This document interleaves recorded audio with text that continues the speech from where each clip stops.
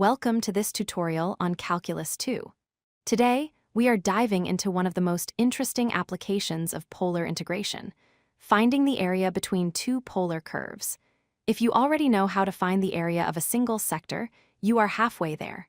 We will learn how to handle regions defined by an outer boundary and an inner boundary. First, let's quickly recap the basics.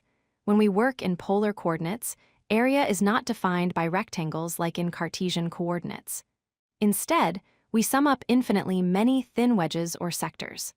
The formula for the area bounded by a single curve r equals f of theta is the integral of 1/2 r squared d theta. Now, imagine you have a region bounded by two different curves. Think of it like a washer or a donut shape. To find the shaded area, we simply take the area enclosed by the outer curve and subtract the area enclosed by the inner curve. It is essentially the area of the big slice minus the area of the small slice. Putting that concept into math, we get our main formula for this video. The area equals 1/2 times the integral from alpha to beta of r outer squared minus r inner squared d theta. A common mistake students make is squaring the difference instead of subtracting the squares.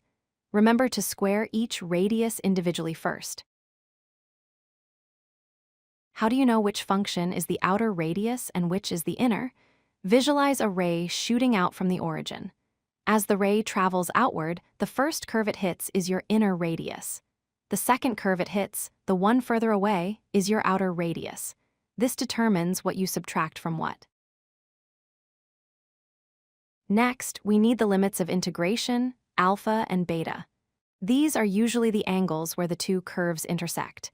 You find them algebraically by setting the two equations equal to each other and solving for theta. Also, keep an eye out for symmetry, as it can often cut your work in half. Let's apply this to a real problem. We want to find the area of the region that lies inside the circle r equals 3 sine theta and outside the limaçon r equals 1 plus sine theta. This means the circle is our outer boundary, and the limaçon is our inner boundary.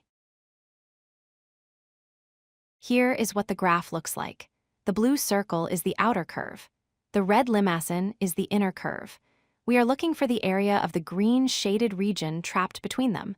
Notice that the region starts and ends where the blue and red lines cross. Step 1 is finding those intersection points. We set 3 sine theta equal to 1 plus sine theta. Subtracting sine theta from both sides gives us 2 sine theta equals 1, or sine theta equals 1/2. On the unit circle, sine is 1/2 at pi over 6 and 5 pi over 6. These are our limits of integration. Now we set up the integral. It is 1/2 times the integral from pi over 6 to 5 pi over 6. Inside the brackets, we square the outer radius, 3 sine theta, and subtract the squared inner radius, 1 plus sine theta. Expanding these terms gives us 9 sine squared theta minus the quantity 1 plus 2 sine theta plus sine squared theta. Simplifying the algebra leaves us with 8 sine squared theta minus 2 sine theta minus 1. To solve this, we use the power reduction identity for sine squared theta. Substituting that in and integrating term by term is a standard calculus procedure. After evaluating the definite integral at our upper and lower limits, the final area comes out to be exactly pi. To wrap up, remember these key steps. Always sketch your curves to verify which is outer and which is inner. Find your intersection points carefully to get the correct limits. And finally, apply the formula 1/2 integral of r1 squared minus r2 squared.